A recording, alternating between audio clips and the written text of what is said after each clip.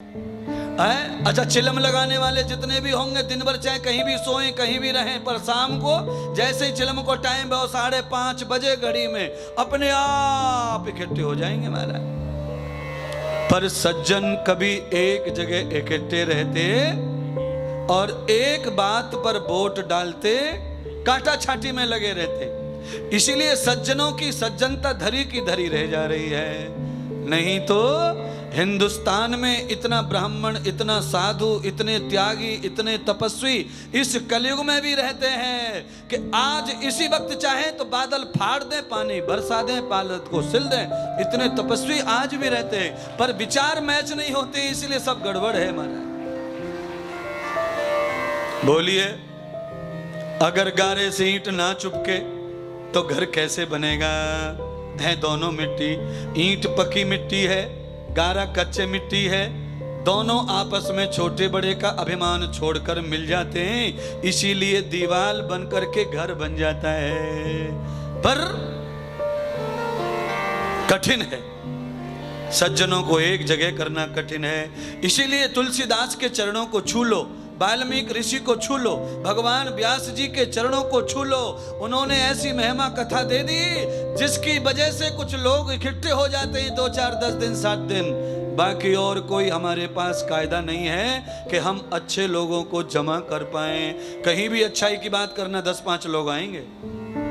ये केवल कथा में ताकत है कि लोगों को जोड़ लेती है।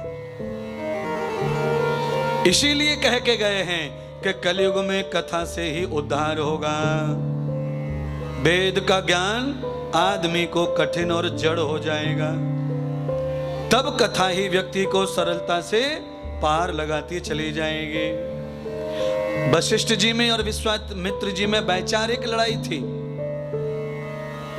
मानसिक और सामाजिक लड़ाई नहीं थी। आज यज्ञ के लिए वशिष्ठ को याद किया तो वशिष्ठ जी दौड़कर पहुंचे और विश्वामित्र जी का पक्ष लेते हुए राजा दशरथ को आज्ञा की। विश्वामित्र जी आज्ञा नहीं कर पाए, वो प्रार्थना कर रहे थे राजा से, मेरे यज्ञ पूरा करवाओ। और वशिष्ठ जी आए तो आज्ञा की, क्योंकि वशिष्ठ गुरुदेव हैं। गुरुदेव जो आज्ञा करें वो अच्छे शिष्य को स्वीकार ही करना चाहिए। पर स्वीकार कौन करेगा? जो अच्छा शिष्य होगा वो करेगा। और जो अच्छा है ही नहीं, जो केवल मतलब और स्वार्थ को सिद्ध करने के लिए चेला बनने का नाटक कर रहा है, वो अपनी मन बुद्धि से ही खड़ा करेगा एम्पायर, पर वो ज्यादा दिन टिकने वाला रहता नहीं है। लाखों करोड़ों लोग जिनकी सुनते हों, उनकी चेला ना सुने तो समझ लेना चेले का समय खराब आ गया, दिन खराब आ गए है। और चेला समझ नहीं पा रहा है, दिन खराब दिख रहे हैं उसे सामने सामने। सम्मान गया, धन गया, पद गया, काम गया, सब छिन गया, फिर भी चेले को नहीं समझ रहा। अरे दांत गए, बाल गए, घुटना गए, तब तो कम से कम इंसान को संभल जाना चाहिए, तब तो संभल जाना चाहिए। राम जी को रोते बिलखते राजा दशरथ ने आखिर को नहीं दिया। दशरथ क्या सोचते हैं, मैं पिता हूं, मेरी ममता इतनी उमड़ उमड़ आ रही है तो कौशल्या की ममता कितनी होगी। क्यों ना मैं बचूं दोष से, गुरुदेव के अपराध से, कौशल्या के पास भेज देता हूं। विश्वामित्र जी को राजा दशरथ ने कौशल्या जी के पास भेज दिया।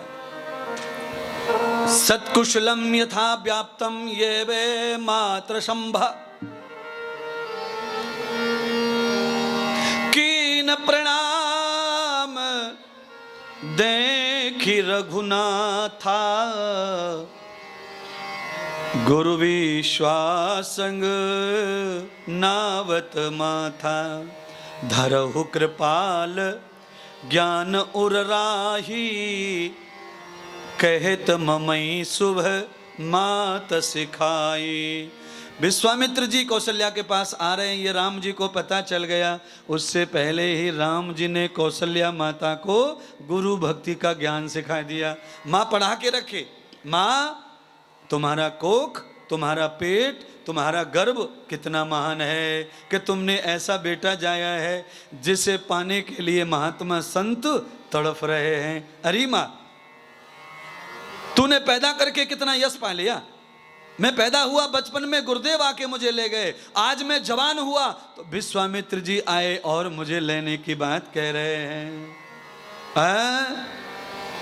सुनिए सुनिए सुनिए, आजकल का युग बदल गया है। कोई एमएलए एमपी कोई मंत्री तुम्हारे बेटे को मांगे तो देखो, मम्मी नहीं, मरे मराए दादी भी लौट के आ जाएगी, ले जाओ ले जाओ ले जाओ। और कोई साधु मांगे तो जिंदगी भी मर जाती है। ऐसा जमाना आ गया है।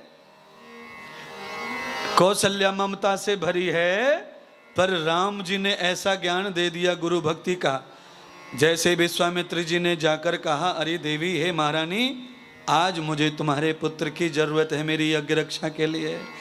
कौशल्या धन्य धन्य हो गई, कहने लगी, गुरुदेव, मेरे गुरुदेव वशिष्ठ जी की कृपा से आज आप मेरे घर पधारे हैं। अगर मैं गुरु भक्त नहीं होती तो अनेक संतों का चरण मेरे घर पड़ने वाला नहीं था। आप ध्यान से कथा सुनिए। जो भी लोग नर नारी गुरु भक्ति करते हैं उनको ही गुरु कृपा से अनेक संतों का दर्शन मिल सकता है, और जिनका विश्वास गुरुदेव के चरणों में नहीं है उनको संतों का दर्शन नौसेरा में रह के भी नहीं हो सकता। यही कौशल्या कह रही है महाराज।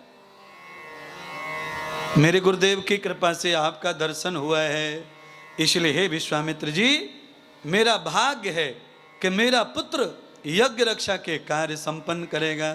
ले जाइए, मेरे पुत्र आपके काम और आपकी सेवा में जाएंगे तो मेरे पुत्रों का, मेरे कुल का कल्याण होगा। अब राजा दशरथ रो रहे हैं, कौशल्या प्रसन्नता से विदा कर रही हैं। जिनको रोना चाहिए वो माँ सीख चुकी है। क्यों? कौशल्या हित कारी, कौशल्या हित